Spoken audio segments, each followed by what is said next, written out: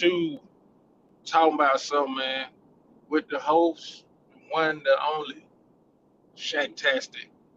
Yep, I'm here, man, and I'm just here today because I'm on this little, I'm on the road. I'm in the vehicle by myself. Had a lot of, had about, how long have I been on the road? Had about a good 8 hours to think. Good old 8 hours to think and try to get my mind, you know, try to get my mind, right, and vibe out, listen to a little music, do a little something like that. And right now, I'm in a space where you know, I'm trying to do something. I'm trying to do something with my life. I'm trying to achieve some things. I'm trying to make some stuff happen. And first off, that's the main problem right there. I'm trying to make it happen. See how I kept saying I'm trying to figure this out.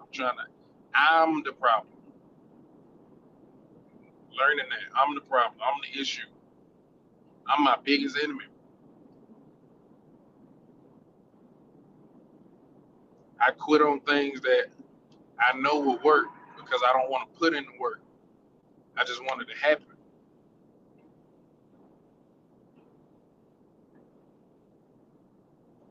I want to make it happen, but it's not me that controls it. It's not me that controls when or when I don't have a season. That's all on God. It's not on me.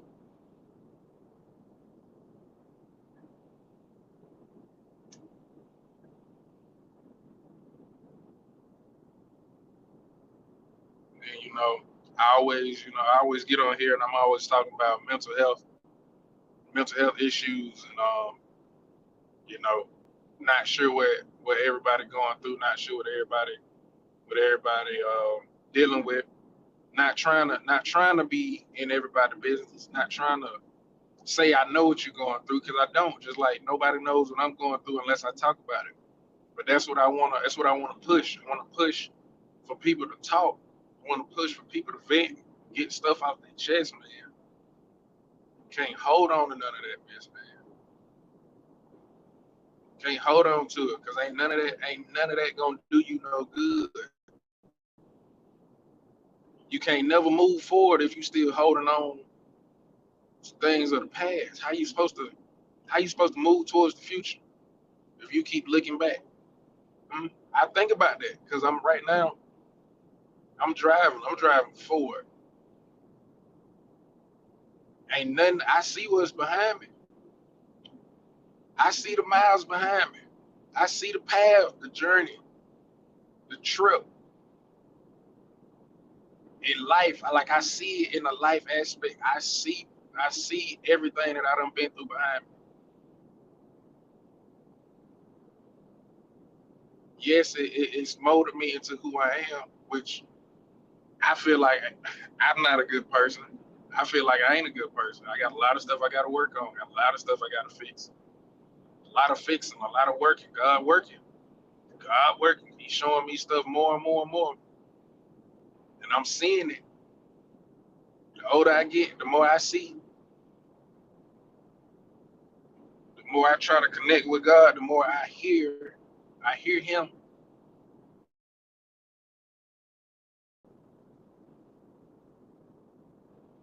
But that's what's the scariest part for me because He's shown me my future.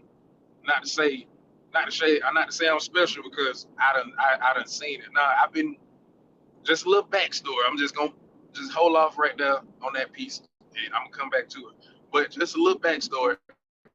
Since I was a kid, I've always had that gift of being able. I could go to sleep and see what was gonna happen the next day at school, and it happened. And I used to always think, oh, that's just deja vu. This done happened before. No, I seen it because I dreamed it. Not only could I see like that stuff, I could see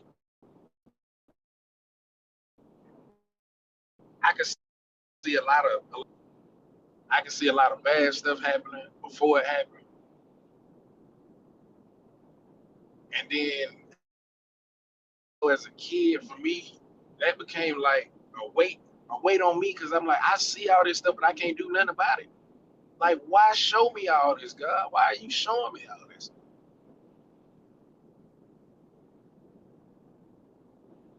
Like, I had these images seared into my mind from dreams I had about stuff happening, bad stuff happening, and then to wake up and to find out, oh, it actually happened. Like, oh man, like I couldn't, ain't nothing I can do about it.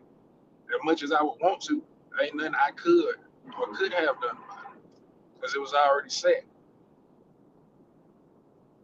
And I remember one night I had a dream about, and I woke up and I said, God, you got to take this away from me. I'm like 10, 11, maybe 12, somewhere along there. Say, God, you got to take this away from me. I can't. I can't. I don't know. I don't know what this means or why. I don't know why you chose me.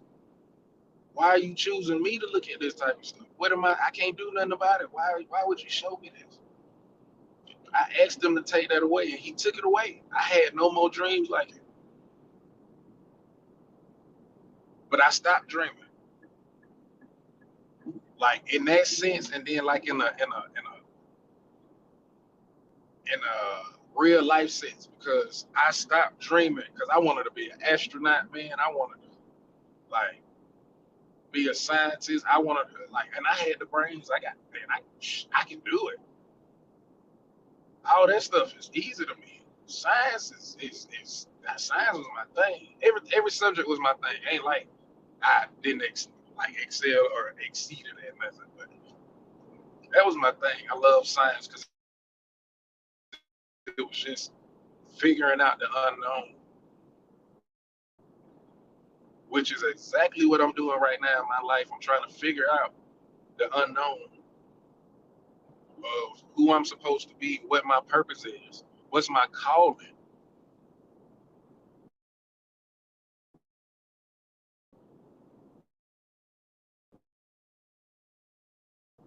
That's why I'm here today doing this. It's just for me to talk, give people a space to to be themselves, to say, hey, bro, I go through that too.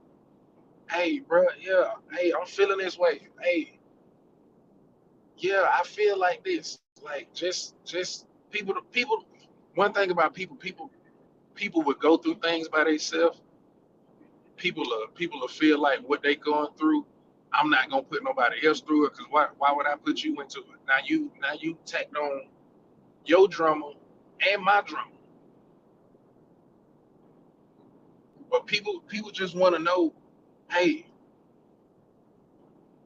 I know how you I'm knowing how you feeling. I know what you're going through. I know what I'm not saying I know what you're thinking, but hey, I can relate.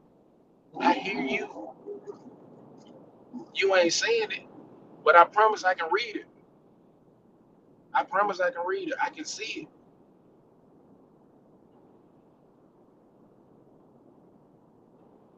And that's the thing. That's the thing that once I figured out what my calling was, it's scary because you fear what you don't know.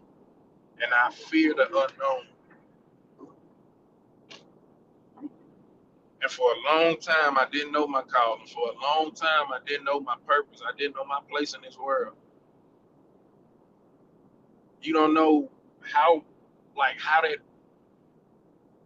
bothers you mentally, man.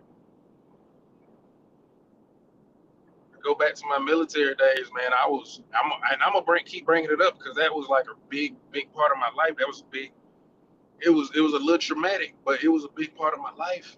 Like some of the stuff I went through, yeah, it toughened me up. It got me ready. It got me somewhat ready for the real world, but it messed me up even more because I was willing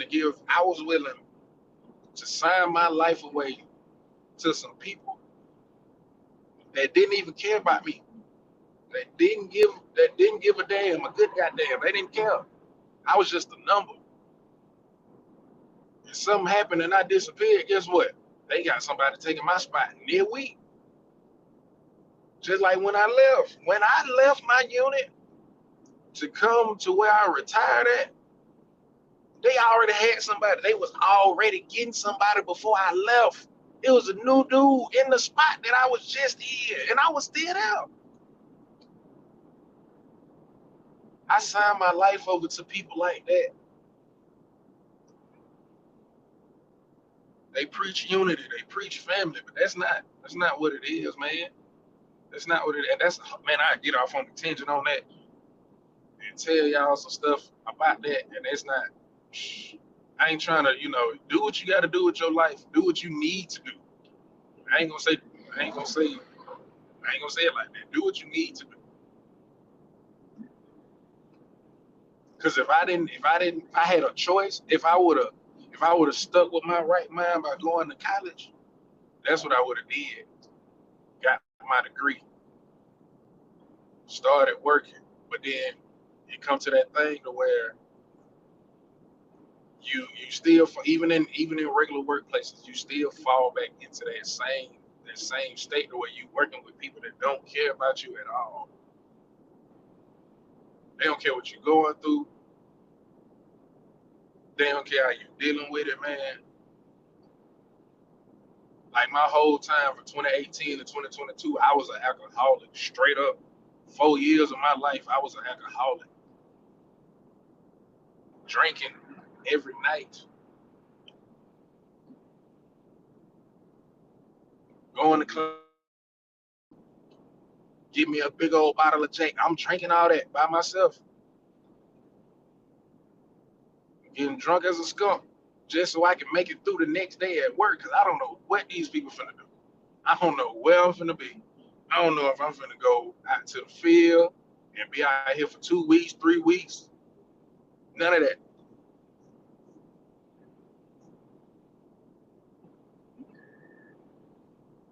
And then that was also like a real hard time because I never felt more alone in those 4 years than I ever. I was always around somebody because I was at work, I was in the field, so I'm constantly around somebody, but I'm alone, man. I felt alone.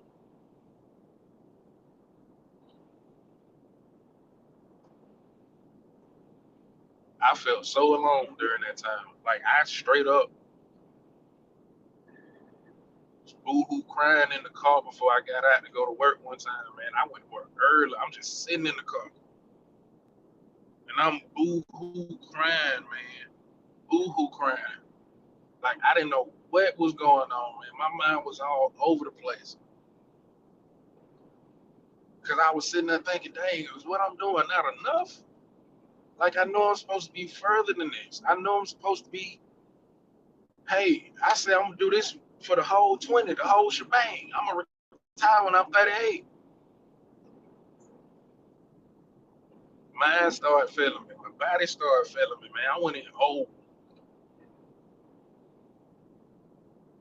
That was out, man. I went in old, man. But my mind and my body going through this, and I didn't know that it was because I was not in my calling. I didn't know I was going through all these trials and these tribulations, preparing me to be able to step into my calling, to be able to talk, to be able to open up. Never opened up before, man. I'm shut in. I'm closed off. I don't talk to nobody but my brother, my wife. Well, my wife first, then my brother. Let me correct that. I talk to my wife, then my brother. Outside of that, I ain't saying Nathan.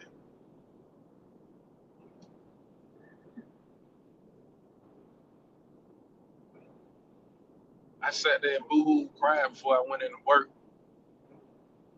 Called my mama, told my mama about a very traumatic experience I had as a kid. I wasn't trying to make her feel bad. She did all she could. And I respect that. I never will say anything about that. I respect that. I'm gonna keep it real because somebody might need to hear it, man. I was around the age 8 to 9 because I as a defense mechanism in my mind. purge my mind. Like I made myself forget so many things so I wouldn't have to relive it. But I didn't forget it. I just buried it deep down. And it kept, and then in those years when I was going through all that, it kept coming up. It kept coming up. And I'm like, man, why am I feeling this way? Like I went to therapy. I was trying to get help. None of that seemed to work, man. But I was holding on to that secret for so long, like around 8 or 9. I was abused sexually as a kid. It wasn't that, but I'm gonna say those words because I don't want to get banned or nothing like that. I was, taken advantage of as a kid by family members, people that I thought I could trust, people I thought I could look up to. And it's crazy because it happened twice in like the same in a year span. It happened twice. One by a female cousin of mine. Lost my innocence at a young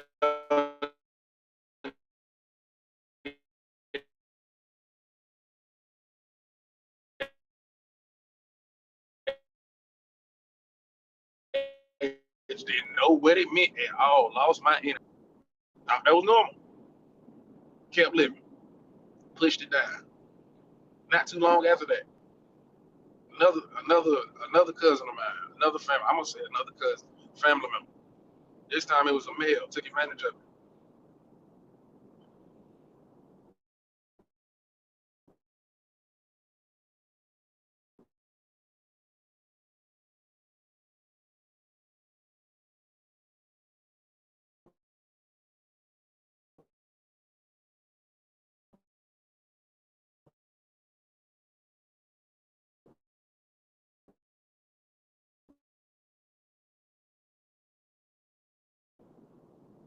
it.